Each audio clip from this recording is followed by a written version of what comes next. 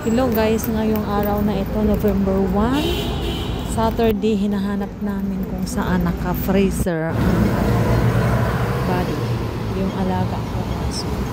Yung alaga natin kaso. So, hinahanap namin, dyan daw lang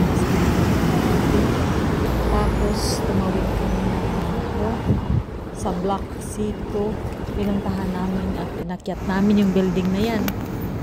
So, after namin inakyat, hindi namin nakita kaagad. Umikot kami nang may nakita kaming tao, kinausap kami. Sabi niya nasa loob daw. So pumasok na kami sa loob at hinahanap namin ang hinahanap. Ayun na, nakita namin ang C1. So hindi pa pala yan, sa unahan pa. Sa A2. So nung umakyat kami sa A2 sa 19th floor, so doon nakita namin at pumasok na kami doon. So nakausap ni Amo yung nasa funerals. Ang sabi niya, pipick upin ba or ihahatid yung boto sa bahay. So finally, pumasok na kami sa loob ng kwarto kung saan andoon ang katawan ni Buddy. So kailangan namin na titignan si Buddy.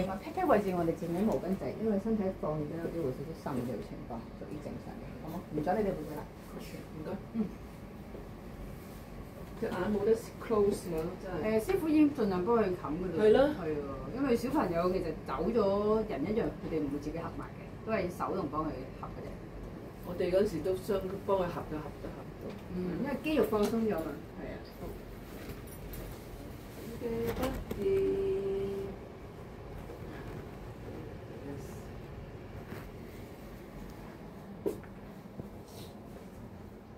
唉，你唔打開隻眼做乜嘢啊？你唔捨得我哋，仲見我哋啊？嚇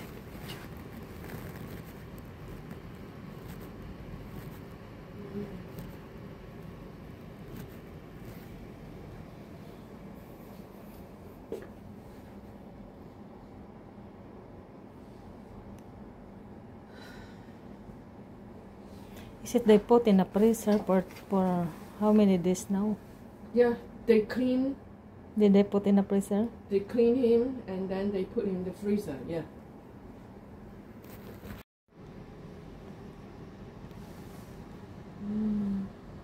So, Buddy, inilagay siya sa freezer for 4 days.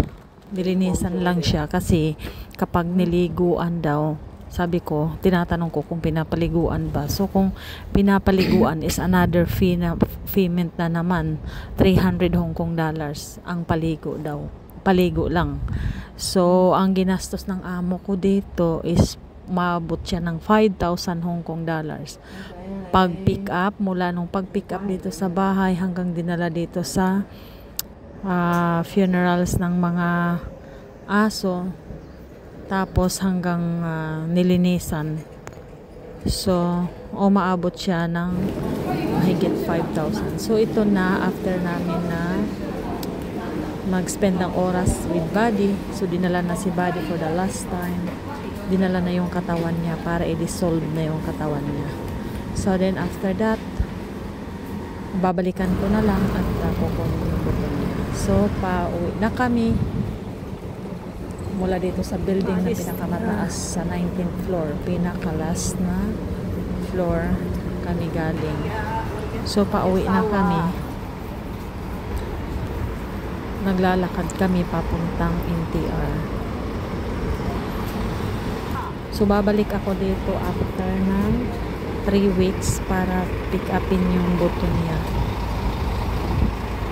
Yung buto niya, yung katawan niya is tutunawin yun. Yung buto niya is iga-grind tapos ilalagay sa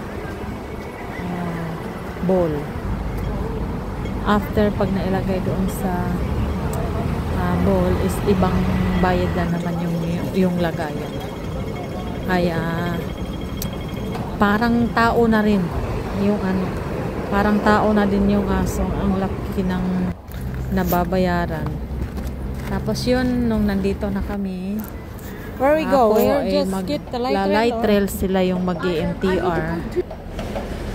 Kasi nandito na yung light trail. Akala ko yung light trail ay diretso na papuntang Yunlong. Ito pala ay hindi pala diretso ng Yunlong. Kailangan ko pang mag-stop over, then mag-interchange na naman dito sa Houten. Mula sa Houten, tapos mag-stop over ako ng isa pang station, tapos mag-interchange papuntang Yunlong. At napakahirap. Ang malapit lang siya, pero malapit na ako nahimatay. Sa tagal ba naman isang oras? Parang isang oras at kalahati. So nag-stop ako dito sa Sanway. Inaantay ko yung light rail, inaantay ko yung light rail papuntang Yunlong. Diyos mio, Marimar, halos magkalahating oras ang pag-aantay ko sa light rail papuntang Yunlong. Dumaan na yung 501, 505, 507. Ang 615 hindi pa dumaan papuntang Yunlong. Kaya kailangan kong mag-antay ng kalahating oras na naman para papuntang Yunlong. Kung nag-MTR ako, so nasa mga 5 to 10 minutes lang mula sa Chunmon papuntang Yunlong nakakarating ako. Pero tinry kong mag-light rail. Sa akala ko mabilis lang, pero yung mabilis na napatagal pala. Kaya next time ay kailangan ko nang mag-MTR. So andito na pala ako sa bahay. So kailangan na namin ilak ng bahay kasi wala na si Bading tagabantay. How are you? Nung wala buhay pa si Buddy, kailangan. So, nung buhay pa si Buddy, siya yung tagabantay ng pintuan. Di na namin kailangan ilak kapag umalis kami ng bahay. So, ito na lang ang natitira kong alaga. Dalawa na lang sila. Si Chewy at saka si Pepper.